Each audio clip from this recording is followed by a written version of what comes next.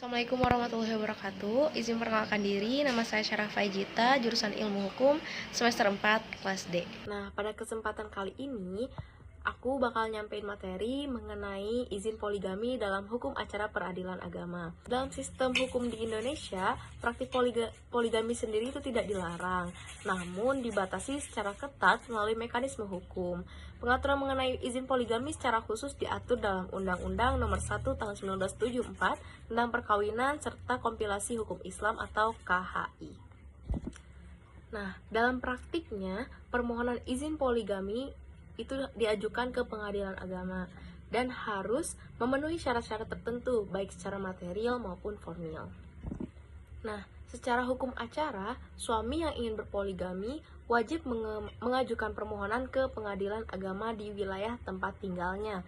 Permohonan tersebut harus disertai dengan alasan yang sah, seperti istri tidak dapat menjalankan kewajiban sebagai istri menderita cacat atau penyakit yang tidak dapat disembuhkan, serta istri yang tidak dapat memberikan keturunan. Nah, selain itu, suami juga harus membuktikan bahwa ia mampu bersikap adil dan sanggup menjamin kebutuhan lahir dan batin istri-istri dan anak-anaknya.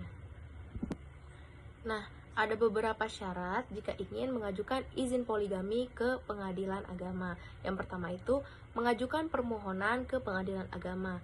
Si suami harus mengajukan permohonan izin poligami ke pengadilan agama di wilayah tempat tinggalnya. Lalu, permohonan ini diajukan secara tertulis dengan mencantumkan alasan dan bukti pendukung. Nah, lalu yang kedua, melampirkan alasan yang dibenarkan oleh hukum. Berdasarkan pasal 4 ayat 2 Undang-Undang Nomor 1 Tahun 1974, alasan yang dibenarkan untuk berpoligami antara lain, istri tidak dapat menjalankan kewajiban sebagai istri. Yang kedua, istri mengalami cacat tubuh atau penyakit yang tidak dapat disembuhkan. Yang ketiga, istri tidak dapat melahirkan keturunan. Nah, lalu berikutnya, membuktikan kemampuan lahir dan batin. Suami harus mampu secara ekonomi untuk menafkahi istri-istri dan anak-anaknya, serta harus berkomitmen untuk berlaku adil terhadap para istri, baik dalam hal nafkah, waktu, serta perhatian. Nah, yang keempat, izin dari istri pertama jika mungkin. Nah, suami itu dianjurkan untuk mendapatkan persetujuan tertulis dari istri pertama. Namun, jika istri tidak menyetujui, pengadilan tetap dapat mempertimbangkan permohonan tersebut melalui sidang. Lalu yang terakhir, proses persidangan. Pengadilan akan memanggil istri dan memeriksa seluruh bukti dan saksi.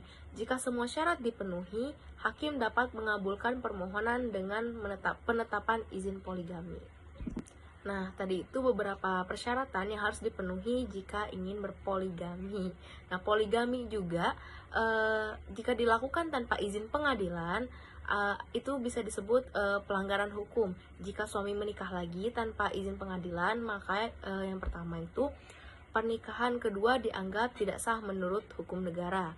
Lalu yang kedua, bisa dikenakan sanksi administratif atau disiplin, terutama itu bagi PNS. Sesuai Peraturan Pemerintah Nomor 10 Tahun 1983 dan Nomor 45 Tahun 1990. Lalu yang terakhir, tidak bisa dicatatkan di KUA. Nah, tadi itu beberapa penjelasan serta beberapa syarat jika terbesit dan terniat untuk berpoligami. Tapi saran dari saya, gak usah poligamian karena itu ribet ya. Jadi sudahilah, oke? Assalamualaikum warahmatullahi wabarakatuh.